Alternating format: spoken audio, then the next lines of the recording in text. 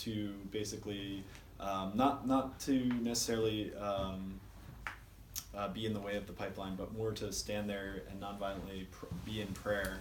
And the elders that were from the Sioux tribe called on all other indigenous nations as well as allies to join them.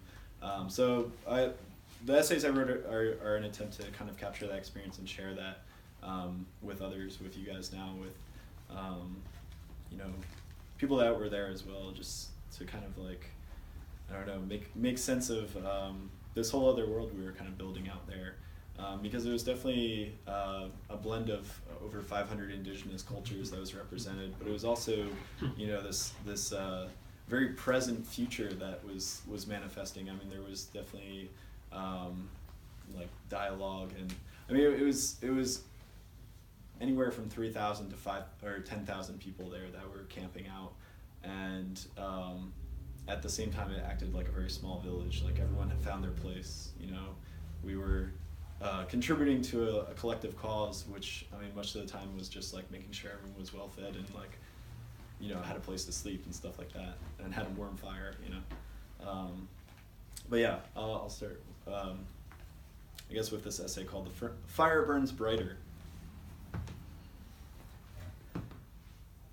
In my early 20s, I questioned what my generation was capable of. Without any definitions, I began to rally behind the dream punk canon, a waking sleep type of revolution that I saw taking place in the everyday underground of Philadelphia. As I've grown older, I've watched as my generation has expanded that vision into the revolutions I watch daily from my newsfeed or in real life happenings on the street across this country. We're not a generation that was handed a golden ticket. Thanks to the Bush years, my graduation year from college was the most underemployed year in recent history for college graduates entering the job market.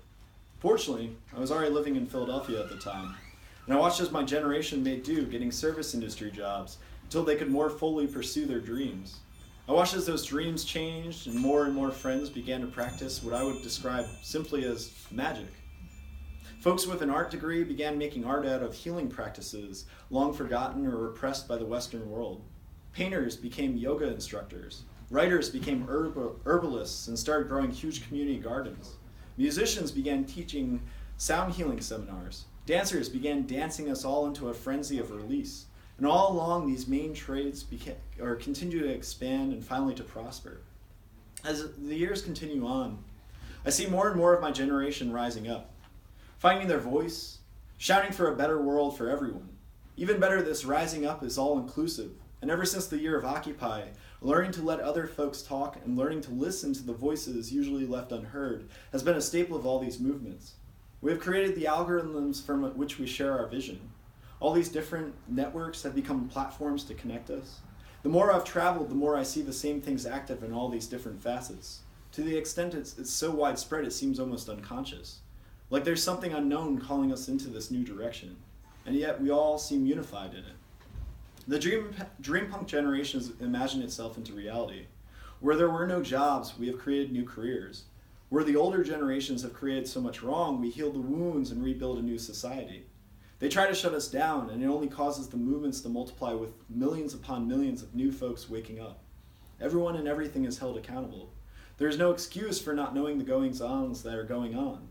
All of this seems to be leading us back into a greater relationship with ourselves and with our mother, Earth. We hold candlelit vigils for international tragedies. We send support to places suffering the storms and imperialists of climate change.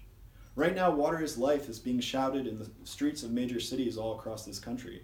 Banks are being blockaded in Philadelphia and Seattle. Trains are being stopped in Atlanta.